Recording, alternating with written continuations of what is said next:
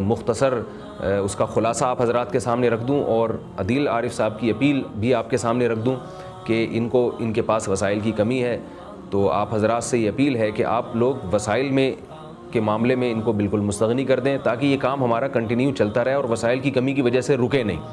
تو ایک ایپیسوڈ کی تیاری کا جو ایک لمسم ایک اندازہ لگایا گیا ہے وہ 12,000 روپے لگایا گیا ہے۔ تو اگر چند حضرات اس کا اہتمام کر لیں کہ وہ کچھ مدت تک کے لیے ہر مہینے کچھ رقم اپنے اوپر متعین کر کے ان کو اطلاع دے دیں کہ مثلا کوئی صاحب کہیں کہ میں 2 سال تک ہر مہینے 12,000 روپے دوں گا، کوئی صاحب کہیں جی میں 5 سال تک یا 4 سال تک، یا جب تک یہ ایپیسوڈ تیار نہیں ہو جاتے، مکمل نہیں ہو جاتے، 540 ایپیسوڈ ہمارا خیال یہ ہے کہ تیار ہوں گے تو قرآن مجید کی تفسیر انشاءاللہ مکمل ہو جائے گی۔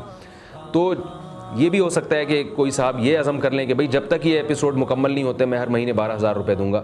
تو اس طرح سے جب لوگوں کی ایک بہت بڑی جماعت اسپانسر کرے گی اور ایک خطیر رقم جمع ہوگی تو پھر یہ کام کنٹینیو ہو سکے گا، مختلف زبانوں میں اس کی ڈبنگ بھی ہو سکے گی۔ اور میں یہ سمجھتا ہوں کہ اگر اللہ تعالیٰ ہمارے اس عمل کو قبول کر لے، میرے یا عدیل عارف صاحب کے، یا جو بھی اسپانسر کرنے والے لوگ ہیں، تو یہ میرے لیے بھی اور عدیل عارف صاحب کے لیے بھی اور آپ حضرات کے لیے بھی انشاءاللہ بہت بڑا صدقہ جاریہ ہوگا، کیونکہ ایک چیز ریکارڈ ہو جائے گی۔ اللہ کی رحمت سے امید ہے کہ قیامت تک کے لیے انشاءاللہ ریکارڈ ہو جائے گی، جس حساب سے ہم اس پہ محنت کر رہے ہیں اور اس کی تیاری کر رہے ہیں۔ اور آپ صلی اللہ علیہ وسلم نے ارشاد فرمایا خیرکم من تعلم القرآن وعلمہ، تم میں سب سے بہتر وہ ہے جو قرآن سیکھے اور دوسروں کو سکھائے۔ تو سیکھنے اور سکھانے میں اپنا زیادہ سے زیادہ حصہ ڈالیے تاکہ یہ ہم سب کے لیے صدقہ جاریہ بنے اور قرآن مجید کی تعلیمات عام ہوں۔ اللہ تعالی ہم سب کو سمجھنے کی، عمل کرنے کی توفیق عطا فرمائے۔